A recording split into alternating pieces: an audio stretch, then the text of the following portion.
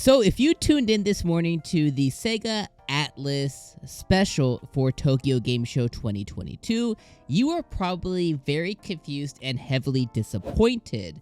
This show was Sega and Atlus, but Atlus only took about 3 minutes of the show. We're gonna cut to it in just a moment, and I will show you guys exactly how much Atlus was covered this show. But it's very weird that they bothered to call this a Sega and Atlus special at all. Now, I'm not mad at the Sega showing. The Yakuza series, the RGG studios, they have some amazing games coming. Sonic Frontiers is looking absolutely killer, and they even showed off a couple of anime games that they inspire me a little bit to want to play them. But when it comes to Atlus, we had big hopes. And why did we have big hopes for Tokyo Game Show? Well, Tokyo Game Show is the biggest show that happens once a year out of Japan. So it's natural that the 25th anniversary of Persona, as well as the other Shin Megami entries that have come most recently, have kind of sparked up some hopes for Tokyo Game Show going into it.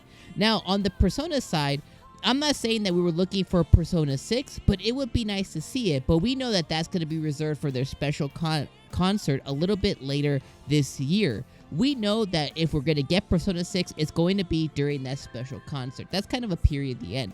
But what I was hoping for is able to see Persona 3 running on the Switch. I want to know what that looks like. They decided to move over the portable version. You know, what does it look like on the Nintendo Switch? What does it look like on the PlayStation 5? They're moving Persona 4 Golden over to the Switch and the other consoles. What does that look like? Give us a little snippet of the games running on the actual hardware so we can kind of begin getting excited for their inevitable releases come 2023. But instead, all we got was a little spotlight on Persona 5. We got a really cute look at the booth that they have there for Persona 5, and we got to see that. That's pretty much it. So let's go ahead. Let's take a look at what they had in store for you guys. If you guys want to skip this, I'll put a timestamp so you can just skip to my final thoughts at the end of the video. But if you want to see what they had, check this out here. So let's go ahead and transition, and I'll show you exactly what they had here, because I was completely baffled. I was like, is this really it? So here's the Tokyo Game Show. Here's the live special that they had. So and here's where they had for Atlus. Persona. So first of all, and I was please watch the beyond baffled. Like, this can't be it, right? So they showed us this here, which is, completely cool, right? I don't mind Persona 5 being here. It's gonna be released in, just about a month's time. Completely cool, right? But they didn't even spend time showing the game running on the Switch, right? Like, I think that's the newest hardware here. You can pretty much, glean what it looks like on Xbox, what it looks like on PlayStation 5, right? It's just 60 frames per second, but the Switch is something that's like, oh, they should have told them playing handheld. They should have showed us some gameplay. They didn't do that. My girl Makoto! And again, we're not mad at the Persona 5 Royal showing here. Completely okay. It's the lack of everything else.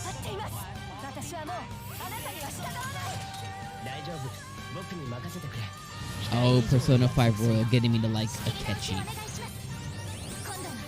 It shows violence.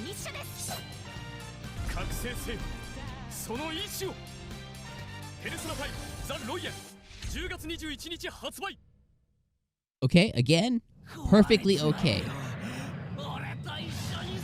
Perfectly okay. Show it off a little bit more, no problem. And then I saw this. Oh, P3P, Persona 4 Golden, coming.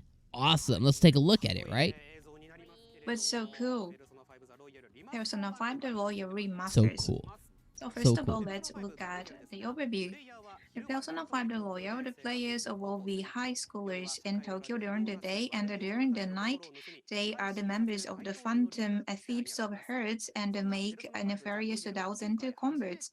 So this time, for the first time, you can play Persona 5 The Royal with various games, and it will be launched October 21st, and now we are accepting pre-orders. And there are Persona 3 Portable, Persona 4 The Golden Remastered will be launched as well, and please stay tuned. Okay, Yeah, now and it's that's it. available on various That's games. it. Dr. D, for those who have not played this game, they also want to play this game as well. Yes, you can now play this at various platforms, and you can play this game even when you're on the station train as well. And this time we have Persona special booth at DGS. So let's look at what's there. And the booth So looks this cool. time, They showed this us off.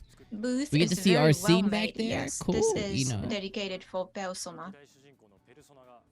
And we have the protagonist from the past titles as well. And this is Yep.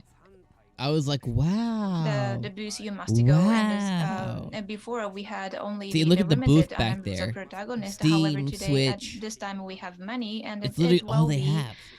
open for public from tomorrow. So I recommend you to take a photo. And is there a limited gift for What does it look visitors on the as well? Switch? Yes. I don't know. It's too far. This is the 25th anniversary of Persona. So now we So where's have the info, 3 right? bags commemorating the 3 titles, and please check the detailed information at Sega website. I saw some people So apparently you get this bags bag at the is show. very cool. And that's So I it. recommend you to get one. And this is it. Let's Can move you on to believe the it? next. Can you believe it? That is it. Sega wants to play games. Nothing and else, y'all. Makuhari, so, Nothing this else corner's name Persona. is Play Nothing Games else at, from Atlus. Makuhari Sega Nothing. I was just baffled and shocked and appalled, and I was like, yo, what the heck happened here? So again, it's my theory that they just don't have anything. It's my theory that last year SMT5 was so big that was like the it thing in the SMT series. This year we had Soul Hackers 2, which they have been, at least from the Japan side, they have been hyping up Soul Hackers 2 almost all year long, giving you one demon reveal pretty much every like other day, every single week for like 6 months straight, right? Over here in the West, we basically got no marketing for Soul Hackers 2, but in Japan, that's kind of what they had. So it's like they spent all their time and effort on Soul Hackers 2 this year, SMT5 last year. Now, it doesn't mean that there's no new SMT entry. Doesn't mean there's no new Devil Summoner entry. Doesn't mean that there's no new entries in this series at all. They could even be working on entry in Odyssey or something crazy. It just means that they weren't ready to show anything, which is hugely disappointing because, like, as a fan, what's the point? It's like going into a Nintendo Direct and all they show is third-party games. It's like, well, where's Mario? Where's Zelda? Like, where's anybody?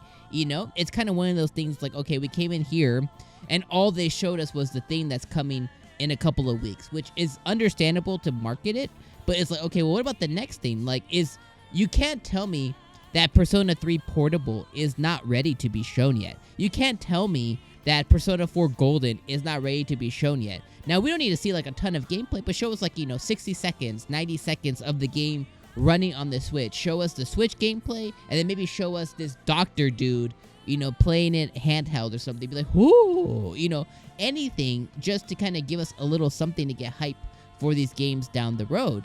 And maybe there is a little teaser for, hey, SMT6 is in production, or the next Devil Summoner game is in production. Maybe like a logo or just something to get us excited. This is the E3 of Japan, right? So it's like, well, where is these hard-hitting things at? Where are you, Atlus? I don't know. This was just this was a little hard to stomach for considering this was a like 50-minute special. And it was really just, they shouldn't even have mentioned Atlus at all. This should have just been a 50-minute Sega special and not had anything related to Atlus. Like, the Atlus part of it could have just been the ads that play intermittently. This is just a poor showing.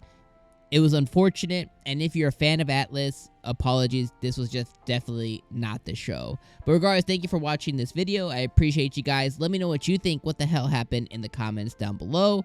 Let me know what you would have liked to have seen, and the concert coming up, what's your hype level for that, and do you think Persona 6 will be there? Alright, I'll see you guys on the next video. Peace.